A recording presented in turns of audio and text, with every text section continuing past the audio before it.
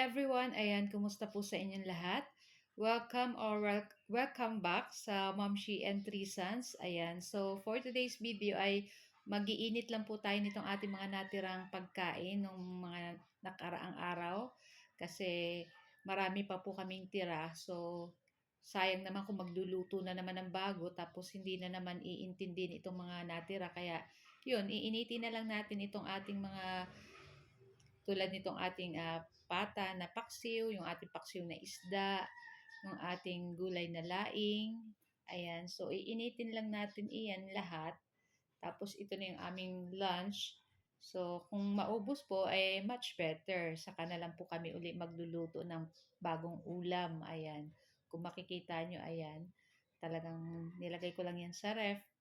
Kaya iinitin lang po natin iyang lahat. So sa isang kawali, ilalagay na natin itong ating laing. Ayan, medyo marami-rami po kasi yung naluto namin nung last time nung laing. Kaya, syempre, kailangan ilalagay po natin yan sa freezer or sa rep. Lalo kung ito pong ating laing ay kahit hindi naman ilagay sa freezer, tatagal naman po yan ng ilang araw kasi kung matandaan niyo po doon sa video ko ay naglalagay po ako ng suka para tumagal po yung buhay ng ating mga ginataang gulay. Ayan. So, pagkaluto, pakainit nitong ating laing, ayan, transfer na natin yan sa ating plato. At syempre, itong ating kawali, hugasan lang po natin iyan at dyan na rin po tayo mag-iinit ng ating paksiw na isda. Ayan. So, okay na itong ating laing na natong. Laing or natong. Natong po kasi talagang tawag dito sa Bicol.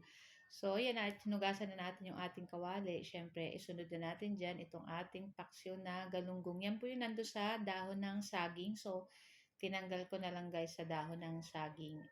Kasi pag prito, hindi naman kailangan ng dahon ng saging. Pero, napakasarap po at talagang dun sa sabaw niya at dun sa isda niya is umano yung dahon ng saging, parang amoy dahon ng saging. Eh, mabango po yun pag may dahon ng saging.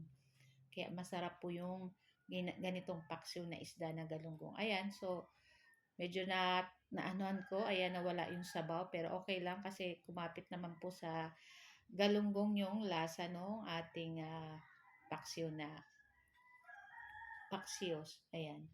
Tapos, ayan, doon sa ating pat naman, papainitin natin naman itong ating pata, itong ating paksiw na pata. So, medyo marami-rami pa po yung ating natira din paksiw na pata.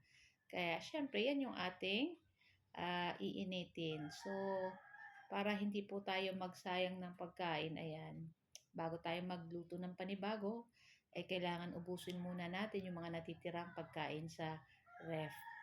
At pag ubos na, saka na lang po ulit tayo magluto ng panibago. So, ayan na nga at ready na rin po kami kumain ng aming lunch. So, ito lang po ang aming video today at sana po yung nag-enjoy kayo. Huwag niyo po sanang kalimutan mag-like, comment at pa-share na rin po ng ating video. At kung bago pa lang po kayo sa aming page, sa aming YouTube, huwag niyo po sanang kalimutan mag-like, mag-follow at mag-subscribe para palagi po kayo updated sa aming mga bagong video. Thank you for watching. Ciao! Sama!